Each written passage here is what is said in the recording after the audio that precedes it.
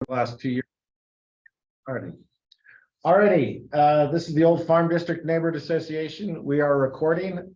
We do not know at this point if it's going to be live on YouTube, but the meeting will be broadcast or to YouTube after this meeting.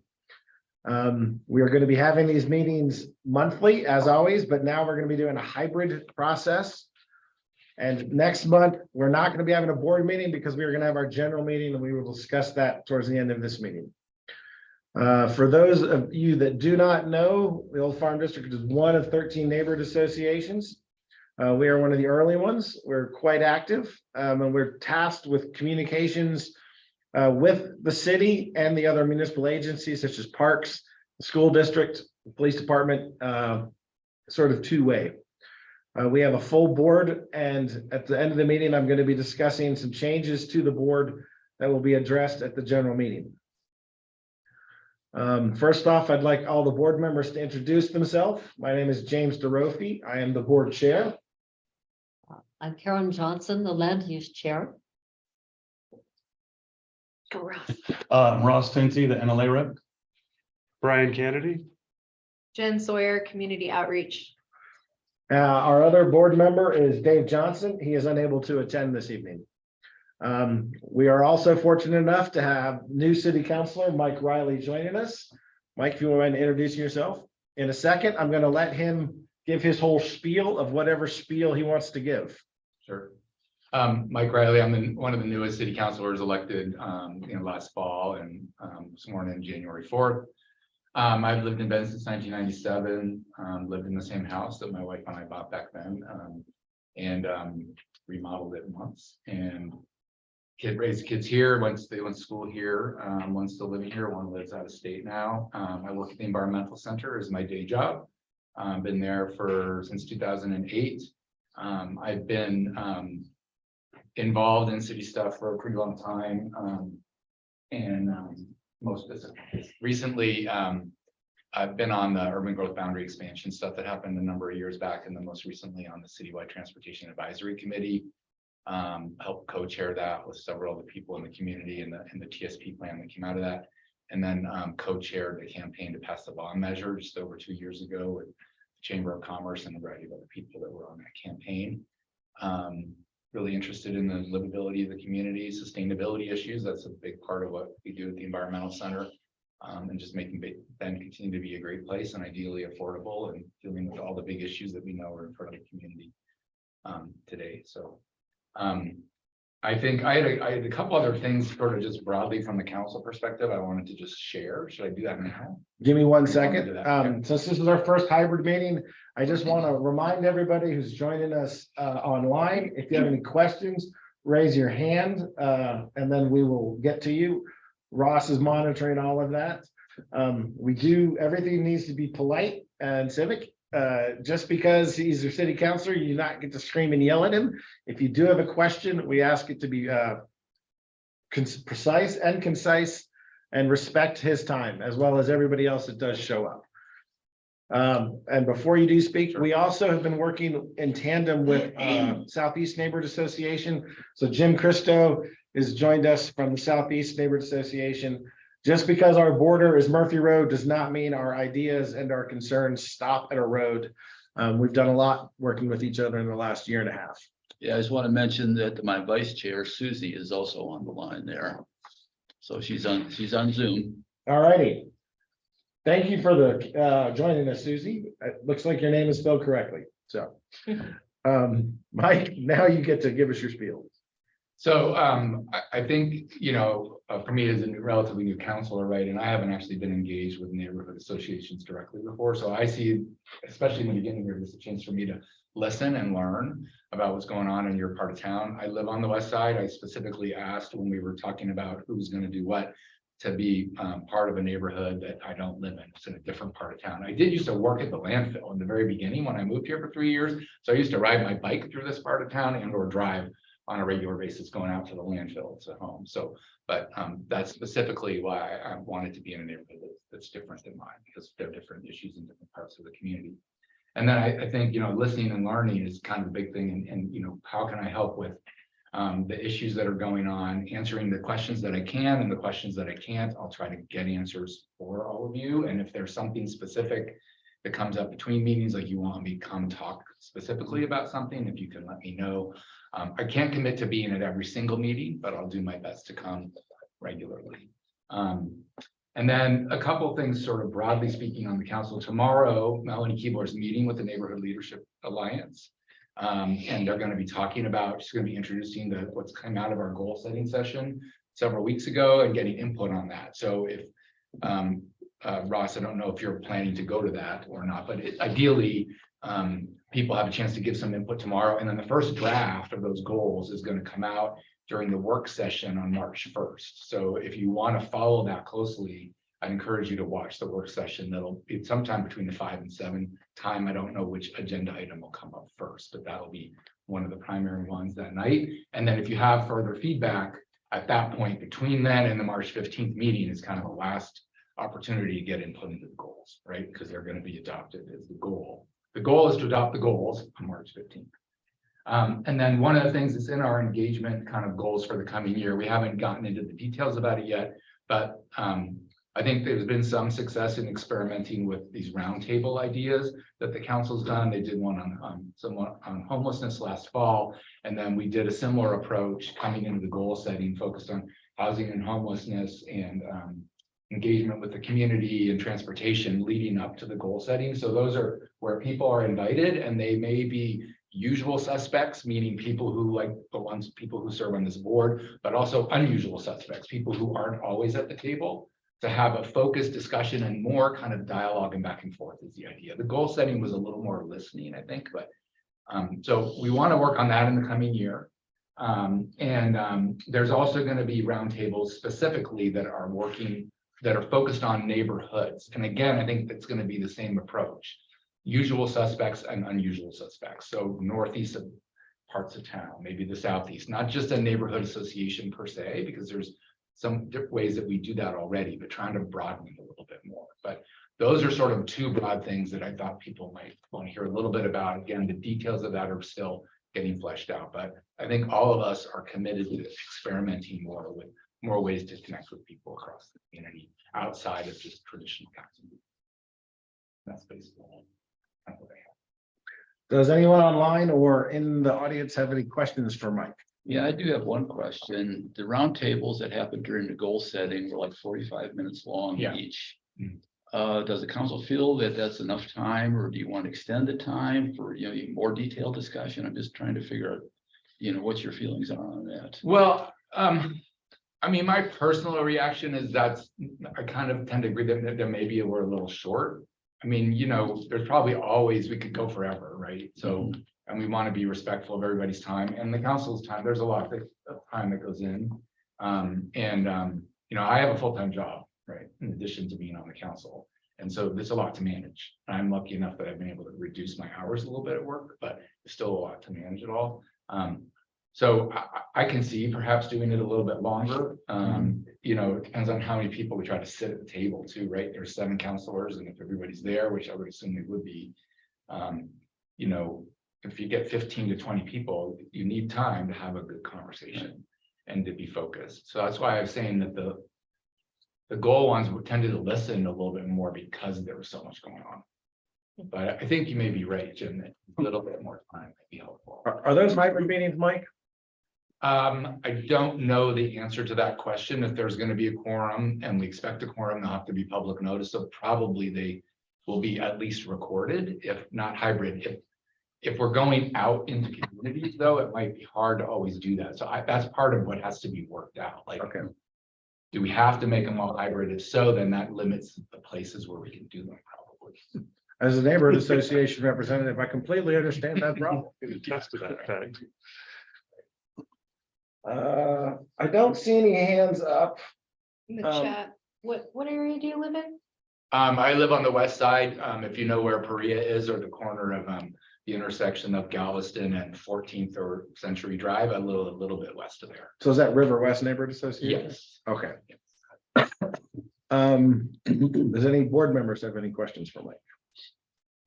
All righty. I want to give everybody out there and in here an update. We've spent last week completely updating our website. All the links, maps, and everything should be current. Our front page of the website is a constantly rotating information from the city, from groups. We are open to promote any sort of nonprofit as long as they are a polite nonprofit. And I'll leave that up to our board to determine who's a polite nonprofit, but we are looking to try to make positive gains for the future of Bend, not necessarily negative things. I'll be very polite, and that's about as polite as I can be. Does anybody in the audience here have any public comments, not for Mike, just for the neighborhood association? You'll be welcome to chime in later on depending on the topic. Chime in later. Okay. So Karen is our land use chair. Any sort of land use decision by law or land use notification, the neighborhood association is responsible for getting that information out. She used to be on the planning commission, and I will toss the rein to Karen. Thank you. I'm a retired attorney. I knew nothing about land use till moving to Bend. I was a prosecutor. And in the last 8 years, I've closely followed the workings of the city council, the planning commission, and particularly the developments. There are a couple of things that I need to talk about that affect the neighborhood. First is, if you're all familiar with the intersection of 27 and Ferguson, that area to the southwest corner is not developed, and they've applied now to bring that into the city by annexation. March 1st, they're going to be presenting the proposal. It's a very general proposal to the city council, and I urge everyone to watch that. They're proposing generally about 250 to 290 residential units, townhomes plus high density apartments. The site talks about an average daily trips of 2,000 trips a day are going to be added to Ferguson. Peak trips, as I recall, during peak hours, about 150. The areas right beside 27 are going to be zoned, the ARC zone commercially, and they're going to have a commercial establishments in there. And it raises what is going to happen to Ferguson. It's a 2-lane road going through dense neighborhoods. And we're going to be adding, in essence, maybe 1,000 trips going west and 1,000 trips going east. I've been asked about mass transit because this seems to be a good time to start mass transit. Not the big buses that are running empty or have 1 or 2 riders in them, but for example, small shuttles, a shuttle that could go up and down 27.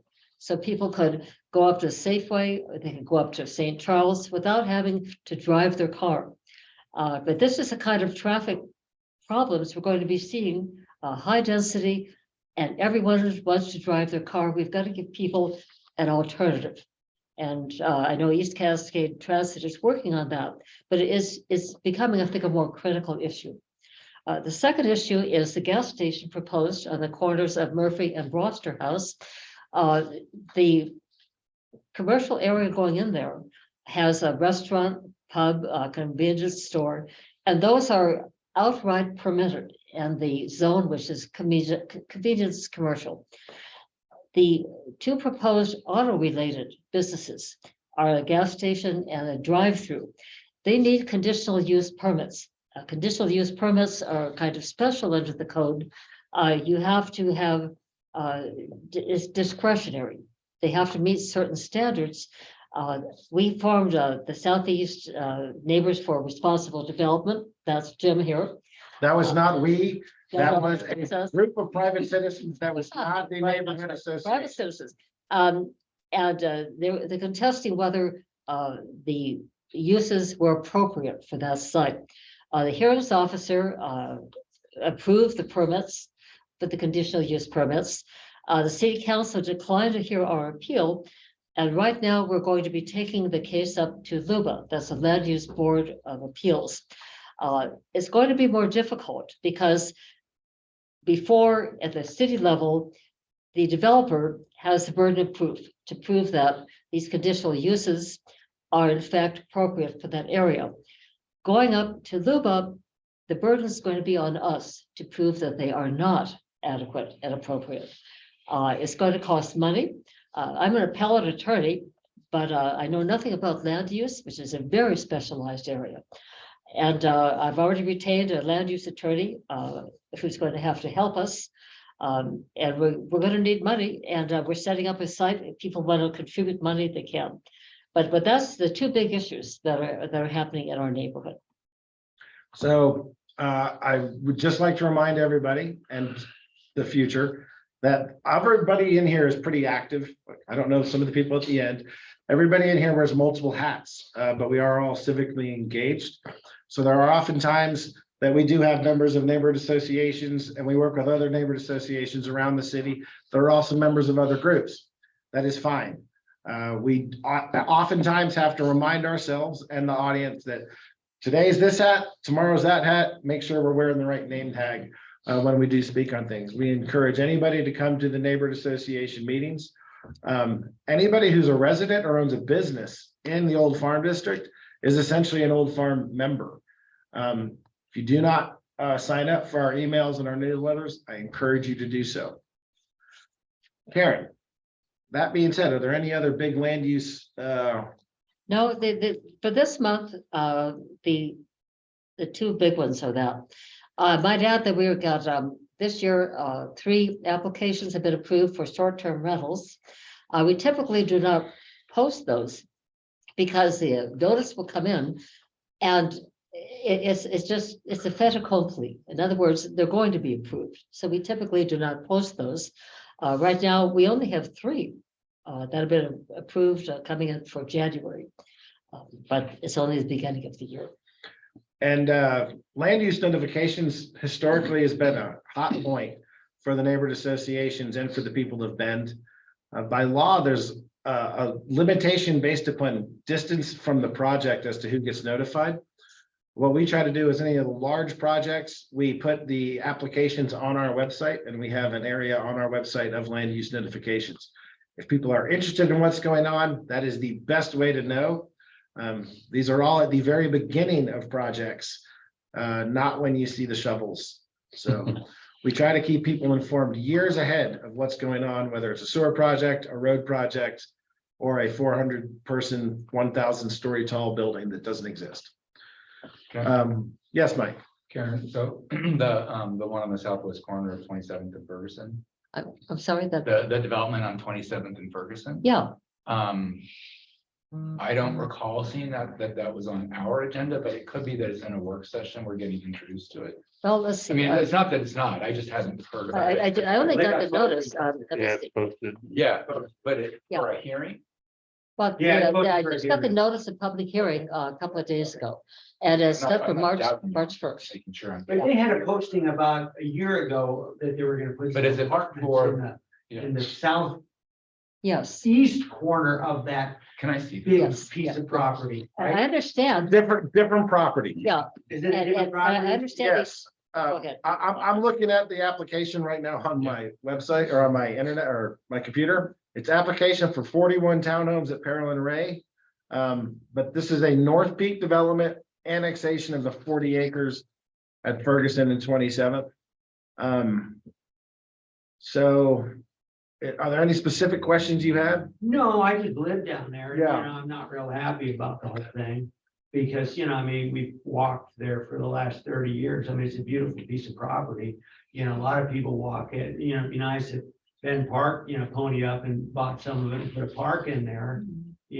Especially given that it's right next to the school, so, that's gonna increase the traffic. You got the kids on that road riding their bikes and all that. I mean, right now they're doing that sewer work, and I walk out there now and I'm thinking, this is really nice right now, because these people zooming down the road, because you get these contractors with their trailers going down that road 45 miles an hour, scared, I mean, it's dangerous with the kids out there on the road and all that. Well, the kids ride the bike.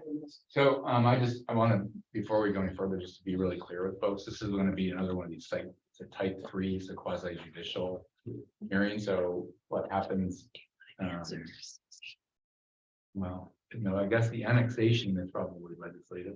I need to get clear about it, but I think it's a similar status as the Murphy and Broster House, which means as counselors, we're in a funny position and you kind of sit as judges in these ones, potentially, where we have to take date of application rules in place and rule about that. We don't get to impose policy direction retroactively. So it's a difficult position as counselors on these. They're awkward. So, So I have to I have to let you know, I basically can't engage in a discussion about this until I understand. I can sit here. yeah, so for everybody participating today, there are often times that this neighborhood association, because it's one of the things we're tasked with, we do send all of these notices out, and there are often times that city council has not heard about them because they haven't heard about them. It's not part of their agendas yet. And then there are often times that they cannot speak on projects until it gets to a certain level of public notification. So, Mike, I hear you. Yeah. That's not a bad thing. It's just a reality. It is just a reality, and we try to remind everybody of that. We do get lots of people that email us upset about when they see something, and then when we go look into it, it may just be an advertisement in Cascade Business News talking about the possibility of something 5 years down the road.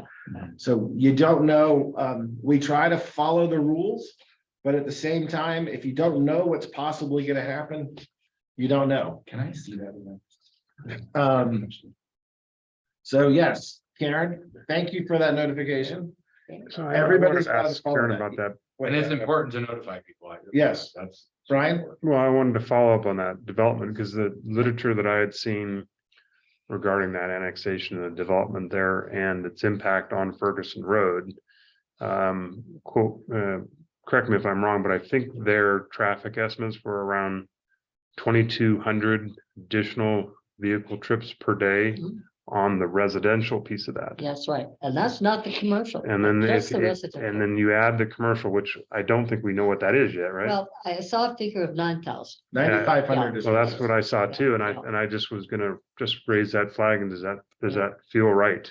Huge 'Cause problem. that is an enormous number of vehicle trips on a residential street. So you're saying 2,200 residential trips and 9,000 commercial? And that would be a total. Yes, that When would they be- get the Well, whole, you're getting all the people going to the dump. when you get the whole 40 acres built out. This with will the be in residential- addition to what is currently going on. 9,000.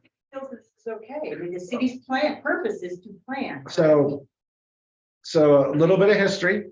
I'm not taking a position on this. Right, I understand. So previously, the neighborhood associations, both Southeast and Old Farm, were part of the Southeast Area Plan. So everything south of Ferguson, basically east of 15th Street, all the way to Knott Road, the landfill.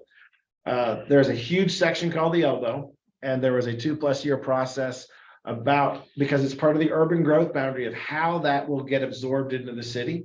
And it was the first time there was a master plan that was actually a public-private process.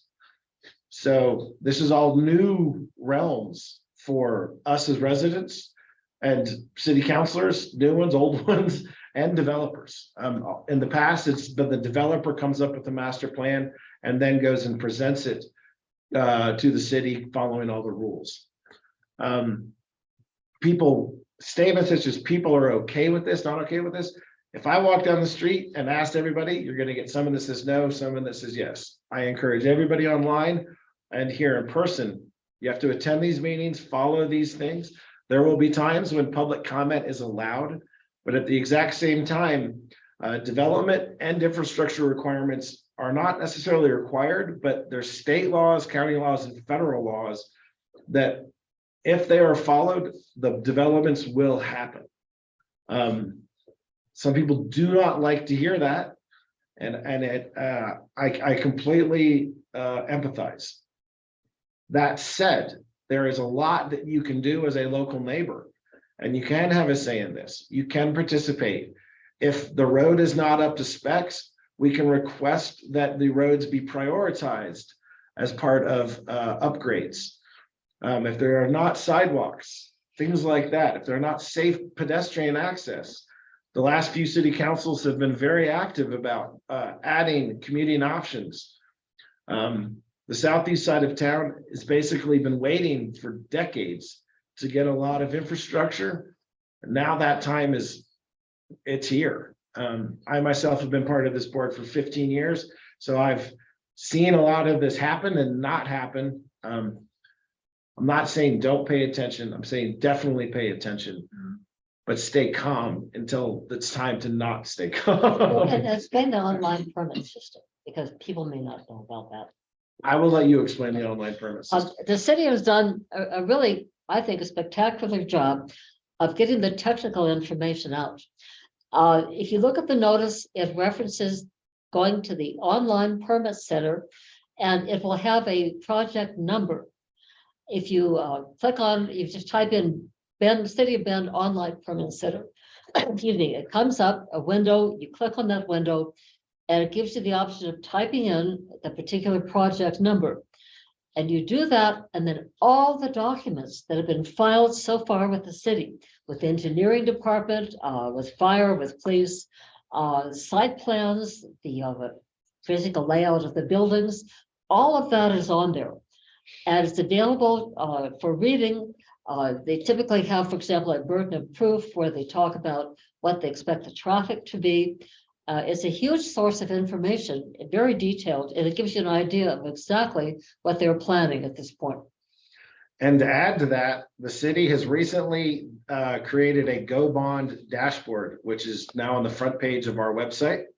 You can track every single project that the transportation bond that was approved a few years ago, where it's at, and what's going on. There's some changes as far as timelines, but if you're a resident and you want to know when your street's going to be shut down, this will at least give you some idea of when to prepare for things. On my personal take, it could be a little bit better, but right now this is all new attempts, and this is where I encourage two-way communication between the people of Bend, their neighbors, and the city council and staff, as well as the Parks Department. That said, I'm pretty sure Mike can't comment on it yet, but I believe on Wednesday, the city council is going to start discussion on some possible internal bond measures for other transportation projects. That's on the agenda. I can talk. That is on the agenda, so people may want to watch that Wednesday meeting, and all of the city council meetings are recorded as well. And go on, they're recorded to watch at a later date. You do not have to watch them live. We have some people in the audience that have questions. Liz, I'll start with you. If you would mind unmuting, and if you have camera possibilities, that would be great too. Yeah, I have a pretty shaky internet connection, so it helps if I turn my video off, but I do want to, I actually want to, I think Susie had her hand up first. So if you don't, I mean, I'm happy to let her ask her question first. I think her hand is up for a while. It does not matter to me. Susie, go ahead. Doesn't matter. Liz, go right ahead. Okay. All right. Thanks. I will try my video, but I don't know. It tends to freeze up and whatnot, but we'll see how it goes. James, I think you were talking about something that I've just really been thinking about, and it's that how do we as citizens know when and how to best use our energy to weigh in on issues where we can actually make a difference? Because I think, like you said, sometimes public comment can make a difference and sometimes it can't. And I don't, and I've been kind of following, I usually kind of sit in the background and listen, and you guys are great about letting us know what's happening and what's going on. But I don't think I always know, we're encouraged to write to city council or to make make public comment. But if that's not a factor that's going to be taken into consideration for the decision, then that's maybe not the best way to be involved. And so how do we know? I mean, is it to come to these meetings and say, hey, here's the issue that I'm really interested in, and where is it, and how is the decision going to be made, and do we have a chance to influence it at this point? Because I know some of these things, by the time we hear about them, they're so far down the track that you know, like with the gas station, I think it was just a matter of, did they meet the criteria for the permit or didn't they? Where maybe the bigger issue is, should they, you know, should conditional use permits be allowed in those commercial convenience, you know, but that's not the decision that we're making. Do you know what I mean? I do know what you mean, and for these questions from this hybrid session, so this is all new to us as well. Any of the board can comment, and Councilor Riley, you're welcome to comment as well if you like. A lot of people ask when they need to get involved. So one of the things that we do, and a lot of the other neighborhood associations don't do, is we try to tell everybody when the initial application gets made. At that point, start following it. Start having conversations with your neighbors about it. There may be a time when they're allowed public comment, but the public comment doesn't go on record. So as you follow these items, that public comment on record becomes more and more important. So just a little bit of history, it used to be the developer would come to us after they submitted applications for projects, and the public comment period was essentially one meeting. In the last few years, that has changed because more and more people are finding out about things and want to do public comments. From the reality is there are certain things we as citizens can and cannot affect after the application has been made. So there are the Bend Development Code and there are rules set in place. So if we don't like something, sometimes it's difficult to stop something if it's already started because it's going to be grandfathered in. At the same time, if we don't like it and we have enough community support, we can then go to our community leaders and ask them, hey, can you look at the Bend Development Code, and is this what we really want?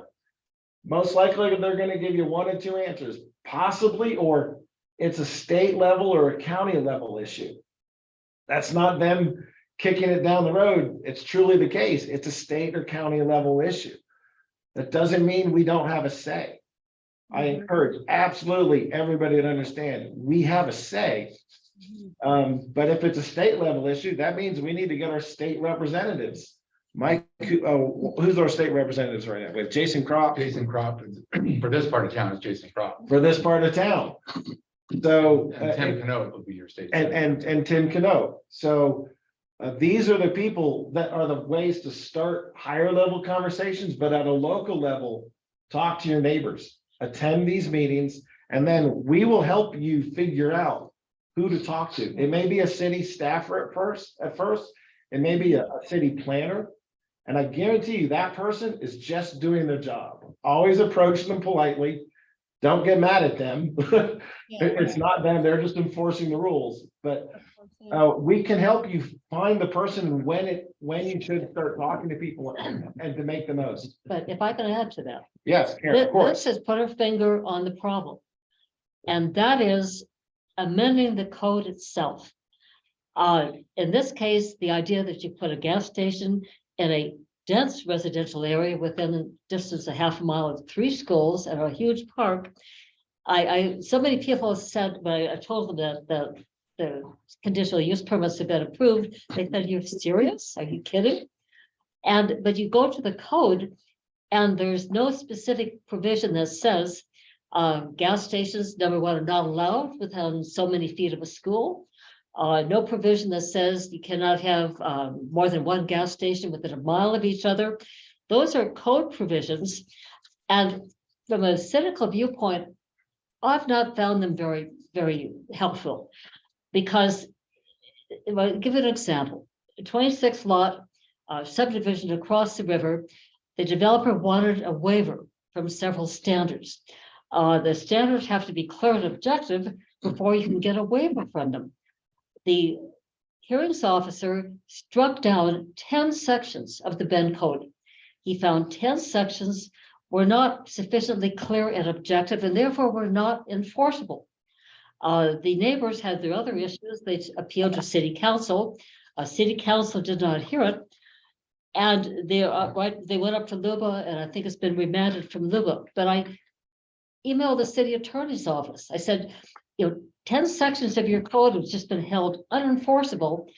Why didn't you appeal that? And the short answer was budget. That somehow they don't have the money to appeal something like that. And I'm a government attorney. If a court holds that one of our statutes are unconstitutional or strikes it down, we defend that statute. And frankly, that is not happening in Bend.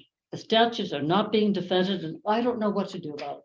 So Liz, this is where we have to work together. And I mean, we as in everybody.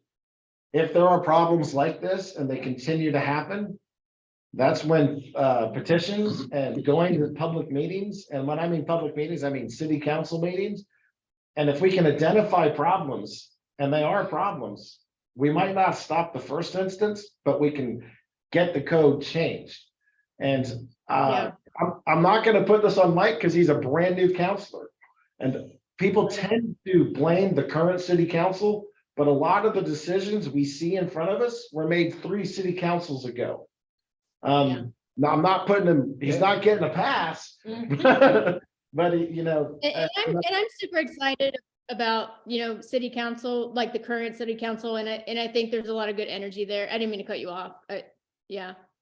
No, this is all time for, we need to hear this, because like I said, everybody wears multiple hats. Is that all today, Liz, or?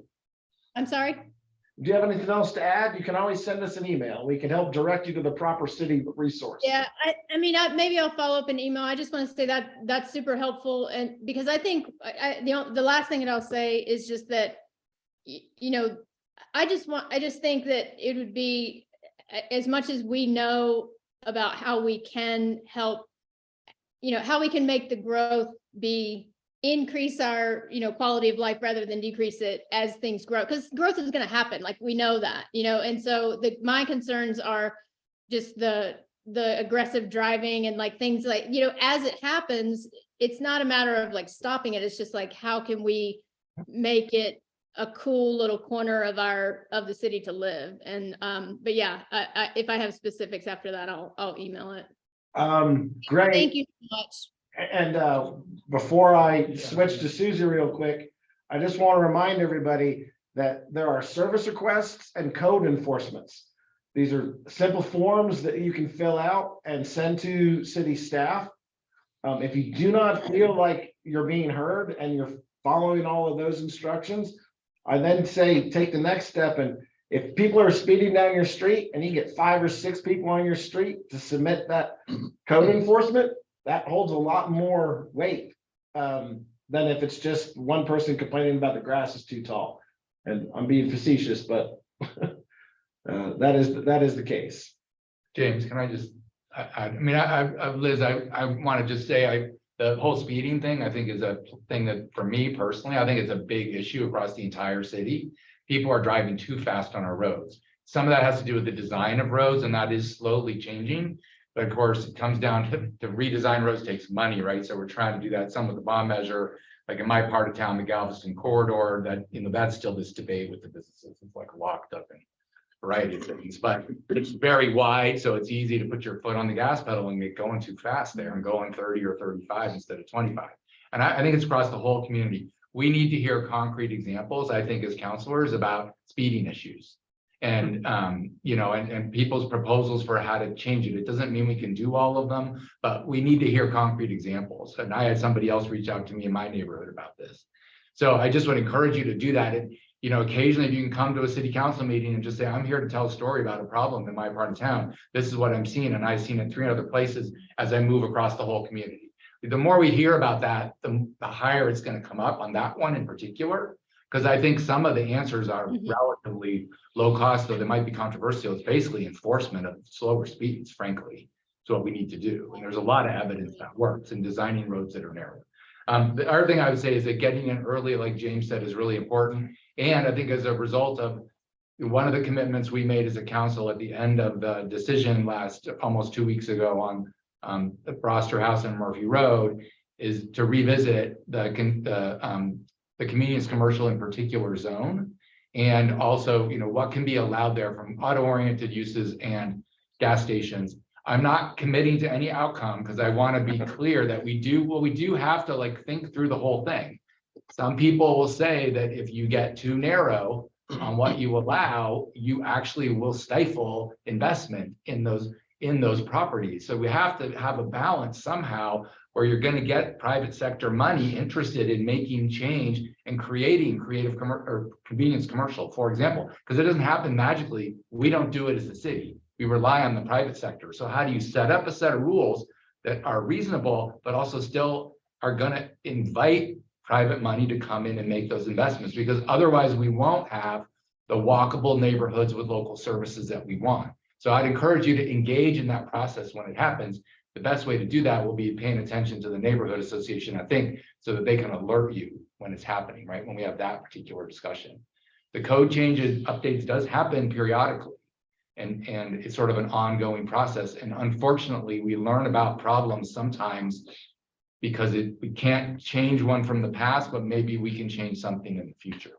And changes do occur, Liz. I just want you to, I want to give you hope. They do happen. So. Susie, you've had your hand up apparently forever. It's okay. It's only the computer's hand. So I have actually two questions. One, it looks like in reading the notes from this public meeting that it's just basically on the annexation. We're not going to see any plans or anything like that. It's just, should this be annexed into the city or not? Am I correct? No. Our notice should give you a project number. It does, yes. Okay. I saw that, and it's up on the chat. Yeah, and go to the Bend Online Permit Center and type in that project number. Okay. All of the plans, including the proposed traffic, the layout of the apartments and the townhouses, that is all there. And easy to read, easy to pull up, easy to read. Okay, so one of the things I'm wondering is if it would be valuable to have a bunch of people on there to talk about the transportation, because one of the things I saw at the working session at City Council was when they're talking about this new Hayden Homes thing off of 20th near where land is. Yeah, they're talking about putting in a road that services that area. The actual developer is talking about that.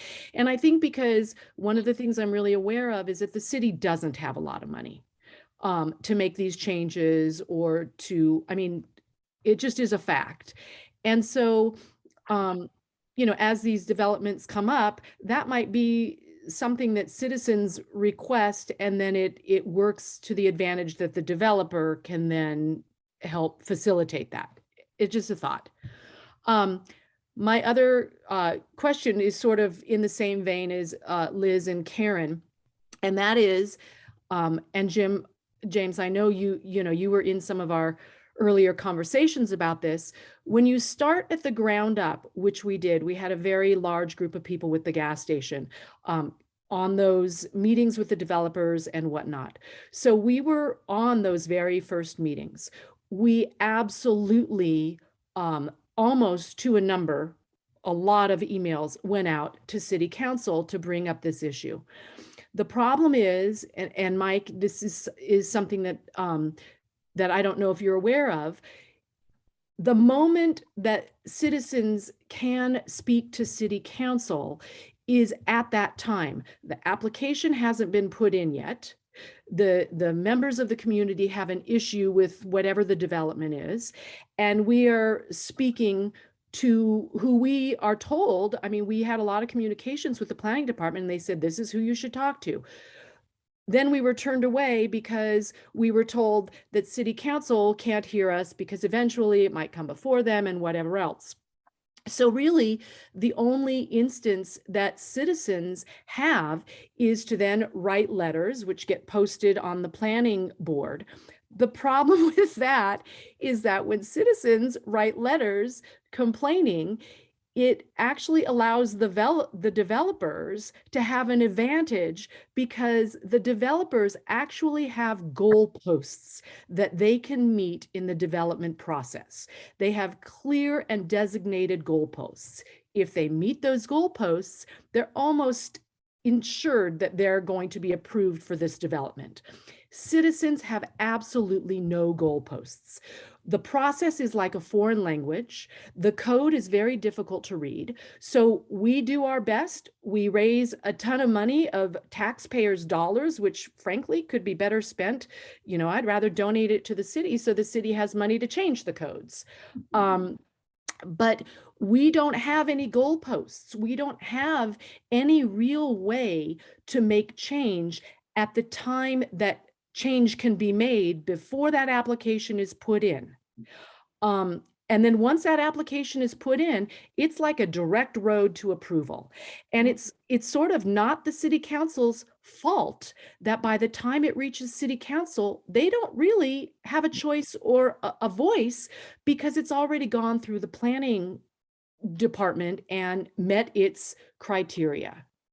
Susie, I just have to comment on this, and Mike, just listen. I agree with you. And that is where we as active members of society, we have to come up with what's the problem and the solution. And oftentimes it takes something like this particular property that points out a serious flaw. And that's probably going to happen, but then the next time we don't have to necessarily let it happen, but we have to do it all before the process starts. We have to go back and, I think personally, look at revisions to the code. I encourage you and the group of people that you have. The entire southeast side of town is getting developed. We have Stevens Track, Stevens Ranch, and the Elbow. And at this point, there's only a few applications for what's going to occur in there, but there is the southeast area plan. So what I would suggest, this is personal, I'm not speaking on behalf of the board, is look at that southeast area plan, see what the concepts are coming up, and then take some of this energy that you created and then go, wow, we don't want that to happen here. There are certain things that can't be changed. There are state laws, there are code, we have development requirements that have to happen, but we do have a say in sort of how that works. I don't want to discourage you. I know you've been passionate about this. Well, the issue is not so much, I think the issue is that our voices are being muted because of the way the process works.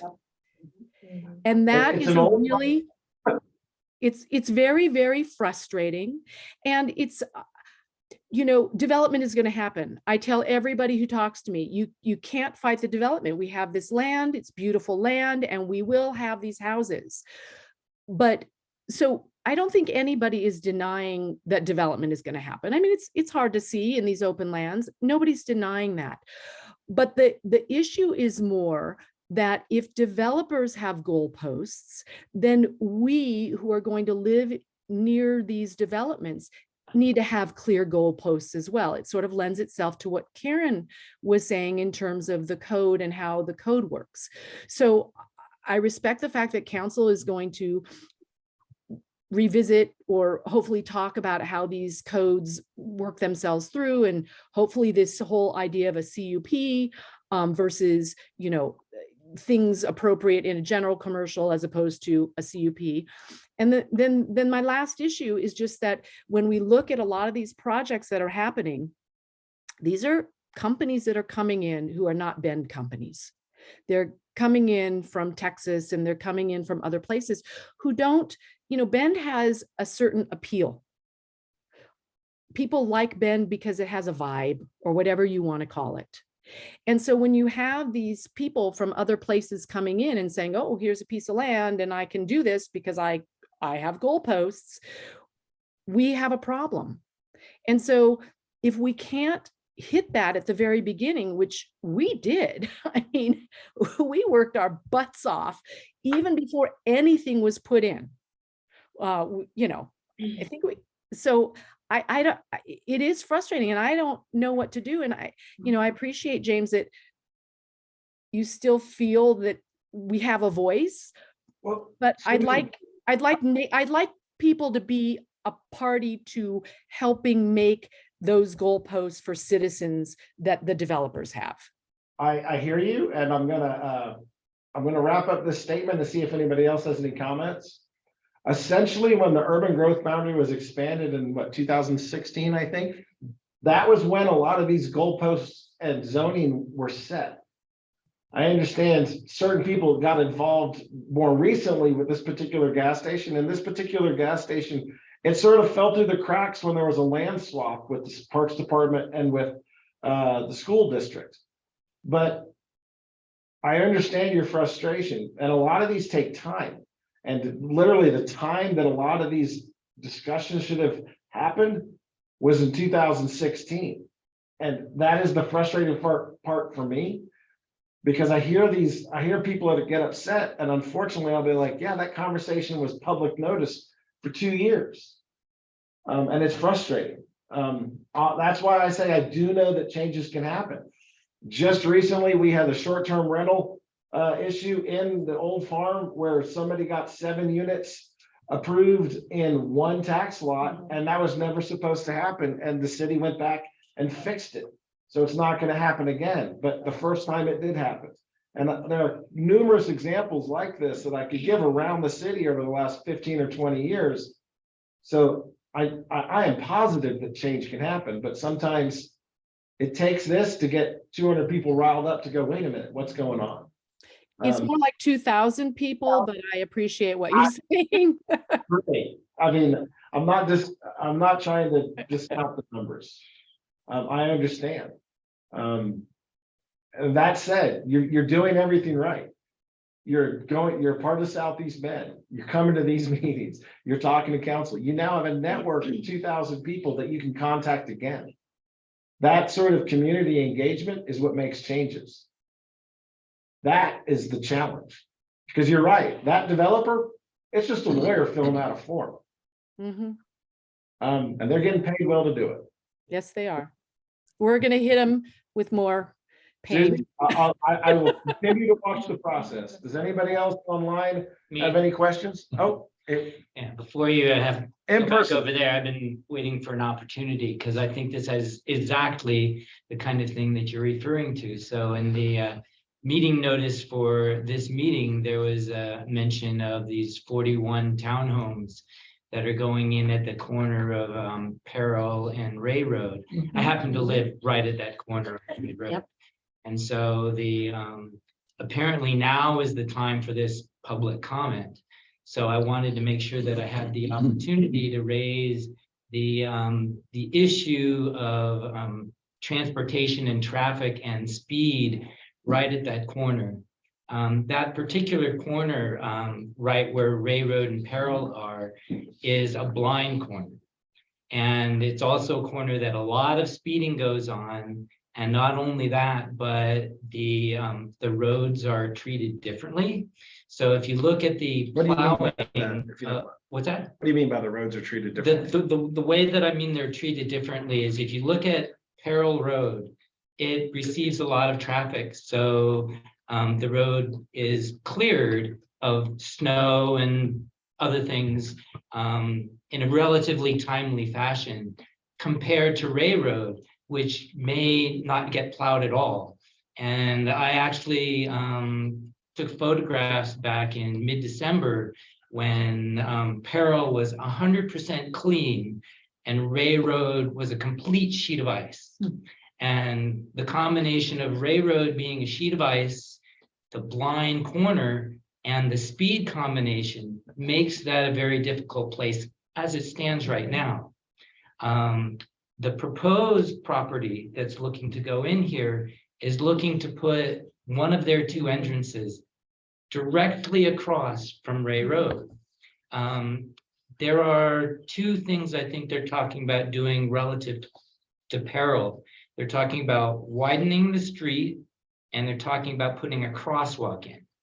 That is going to do nothing for improving the traffic situation. And one of the things I actually did earlier today was I counted the number of houses there are on just Ray Road itself. It's about 50 or so. And they're putting 41 units in there. So they're basically almost doubling the traffic that's going to just at that exact corner in an area that's really pretty dangerous as it is already. So I just wanted to make sure that that was raised as a serious issue relative to that proposed construction. So Same issue with the Ferguson development on that southeast corner. So hang on, let's stay one But this issue at a is one time. they're asking for feedback on right now. Yeah, So this is earlier development process. Is that what it's not, this one's not. I received the public notice on this, which is what he's bringing up right now. I'm staring at it right now. That's just one. It was from 12/6/2022. Public comments need to be postmarked or received by Tuesday, February 21st. I'm Right. assuming you sent in those comments. So I sent basically these comments into Nicholas Lannert. Basically, I sent him 4 or 5 pictures. That neighborhood also has a lot of deer in it. So I have pictures with deer in it, as well as a picture of literally on the property right there, a dead deer on the corner. Because they're jumping out of nowhere and they're planning on having just a crosswalk for people. It's gonna be bad. So, I mean, the suggestions that I would have, there are actually a couple, which is why I wanted to make sure that I was here. One is they could potentially put in something that slows the speed down, whether that's dropping the speed there from 35 to 25 with a flashing sign, which I've seen in elsewhere in the city to slow the speed down. Talking on Farrell Road? Peril Road, yeah, Okay. specifically. So something to lower the speed, speed bumps. I don't know if we'd want to do that on a road like Peril. Yeah, Or, I mean, I don't know if this would make things just worse and ugly, but roundabouts, who knows? so just so you know, Slow it down. so part of the transportation bond, a little farther north from that, basically Powers and Chase, there's gonna be what do they call them, a bow tie or 2 roundabouts connected. Right, yeah, I've So- heard that there are some roundabouts planned. So that's for Peril. funded and it's planned, it's coming. That will slow down traffic on Peril at that area. You are not incorrect on what you're proposing. Has that public meeting, that development already did that, correct? Yes, we've already had the public meeting. Did you by chance attend that? I'm curious. There was a meeting in December. We attended that. I don't think at the time the subject of traffic was discussed in depth. I think very, very briefly, the kind of detail you're going into was not brought up at all. Yeah, which is why I'm bringing it up now. Good. Yeah, Because I got the notice, so here I am. yeah, I'm trying to remember from PSP, I believe. Harrell was identified as a road to have a fair bit of improvements, including some bikeway stuff. I believe south of Murphy Road, we took that off the table for the first phase, but I don't recall what ended up on the final list of projects. the final, the transportation bond was the Chase and There were some Harrell Road improvements in general. there wasn't. We had an NSSP request for behind the, what do you call I mean, we it? had to, just like with the fire levy, the feedback from the citizens was to not go with the higher cost, so we had to trim money out. That was Yeah. part of the final negotiations. I don't remember this particular one. I can find out. So I hear you. Peril Road has been it's been a concern for a while, which is why when the transportation bond we requested those roundabouts farther down.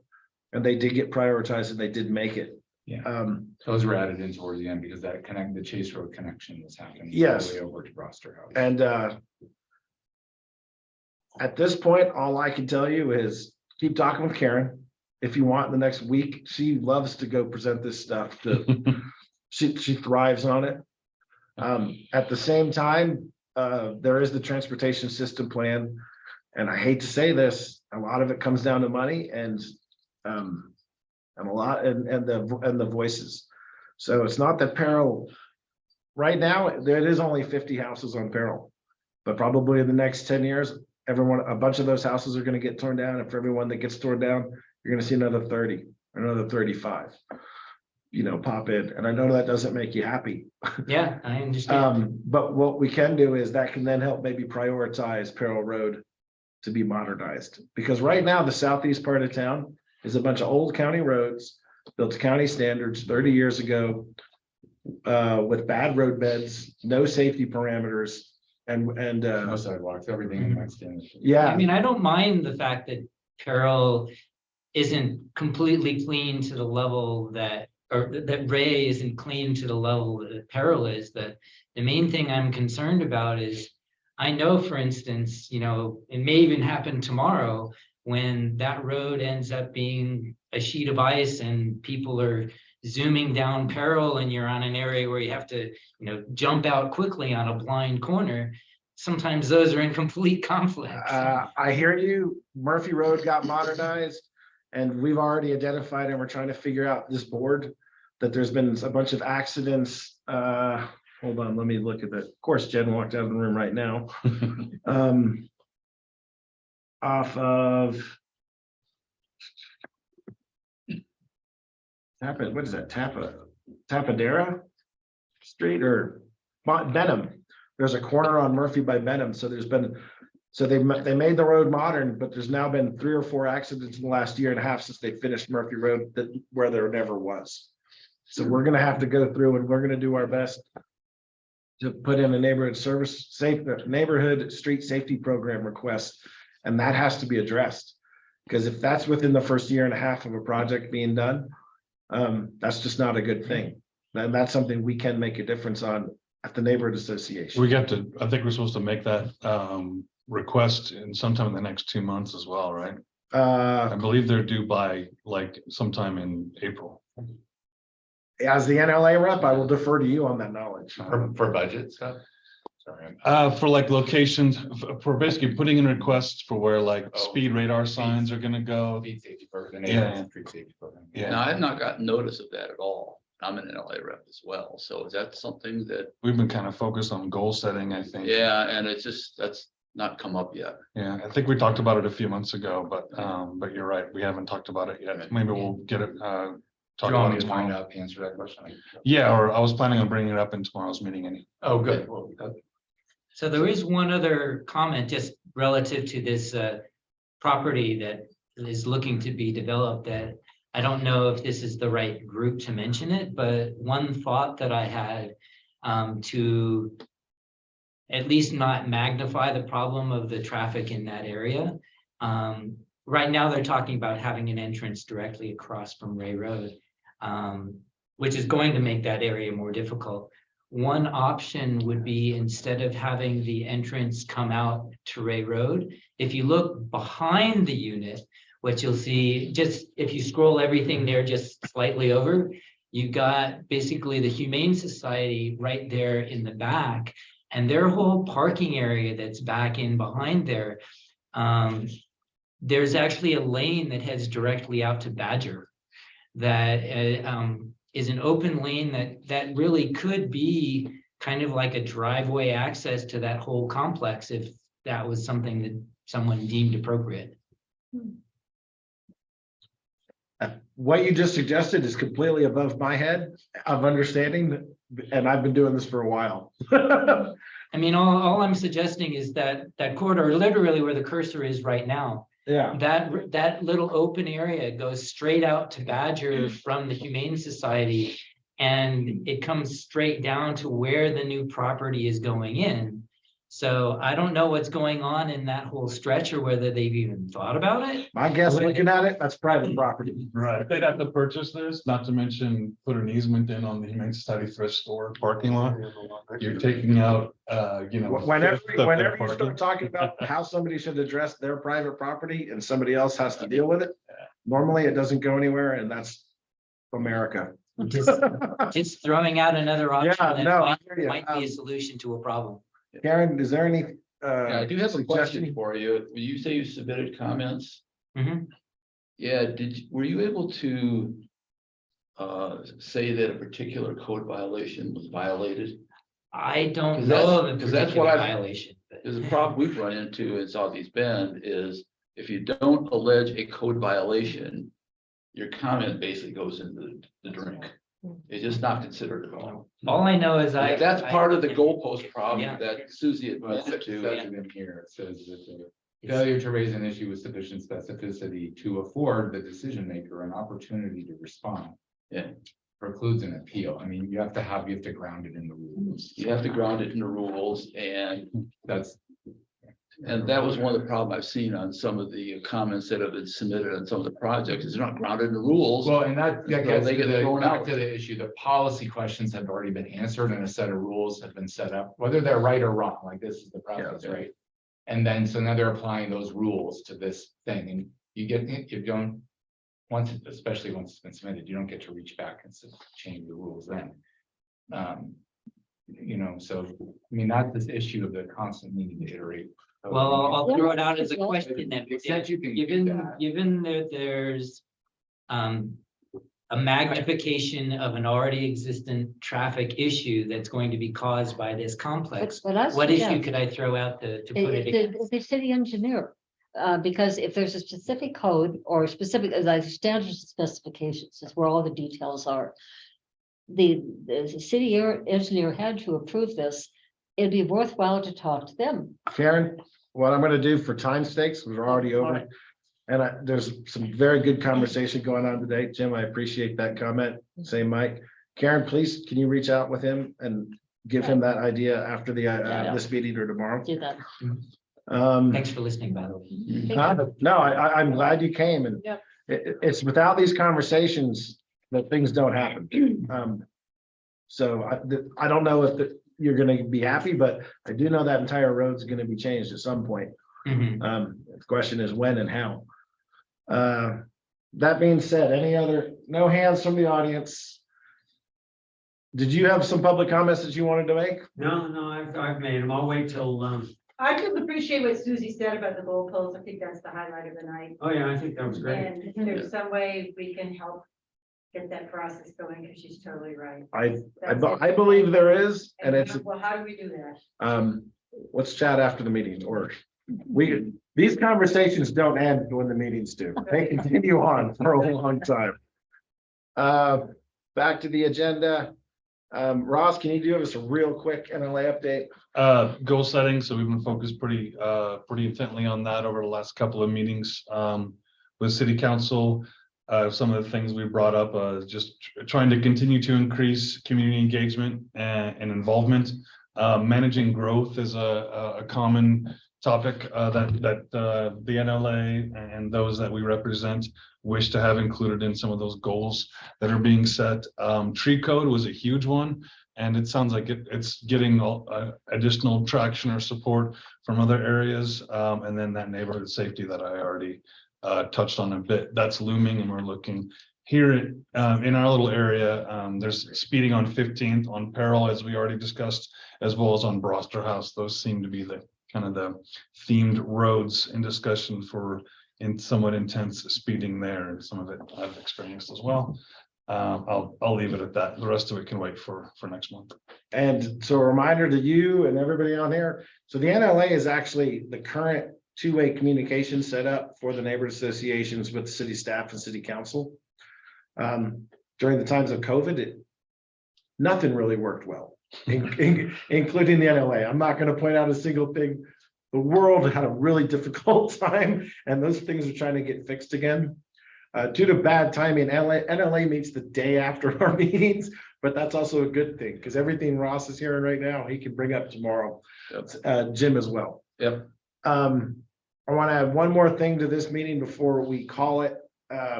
Our general meeting is March 23rd. It's basically right down the hallway. Normally we have at least 100 to 200 people. Don't really know. You'll start seeing advertisements, social media. We'll send out postcards. We have a general idea who's going to be there. We have, March 23rd starts at 6 o'clock. It's a Thursday. The week before, what do you call that? Spring break for local kids. We have a representative from the landfill is going to be there. We've got some concerns and issues regarding cover your load and long-term planning. We've been cleaning up everybody else's mess in the old farm as all the trucks drive through on all the streets. The stuff falls off. Brian's been responsible for our monthly road cleanups, and they're getting overwhelmed. We also have a representative from the police department's going to be there. we're still hashing out those details. And we're gonna try something a little different this time. There is a new commercial development on the corner of Reed Market Road and 27th Street called Read South. Reed South. A few businesses, restaurants, gas station. We're gonna have some of their business owners come and present what's going in there. As the local businesses, we really don't have any other than 3rd Street on this side of town. We feel it's important for the people to know what's coming in, and at the same time for those people to meet who their potential new customers are gonna be. So we've got a couple of them set up to come in, don't really know what they're gonna talk about. If you haven't seen it, it's almost built. It kind of took a big pause, but we do feel residents have issues and concerns that are important to us, but at the same time, so do all the local businesses that are in our area. So this is what we're gonna start doing as more and more businesses start actually building projects. And ironically, nobody complained about that gas station, but that developer did it entirely different, just for people to know. So on 27th in Reed Market. 27th. You should read my brief. It's great. Hear that, everybody? No. Is that one also convenience commercial? Do you know? I believe it is, but it was created and did not have all the problems of the schools getting moved and things like that. It's truly an entirely different. Yeah, I mean, process. it's like nobody walks there. I've driven through that intersection hundreds of times. I think I've seen maybe one pedestrian. Hey, I walk by there all the time. Yeah, well, but you don't cross 27th. I think I've That's seen true. you walk. Yeah. Why would you? So that being said, I just might pick up trash. that covers the agenda for today. If anybody would like to stay on, you're welcome to. Let's stop recording. No more- Susie, I sent you an email, Susie. WAS.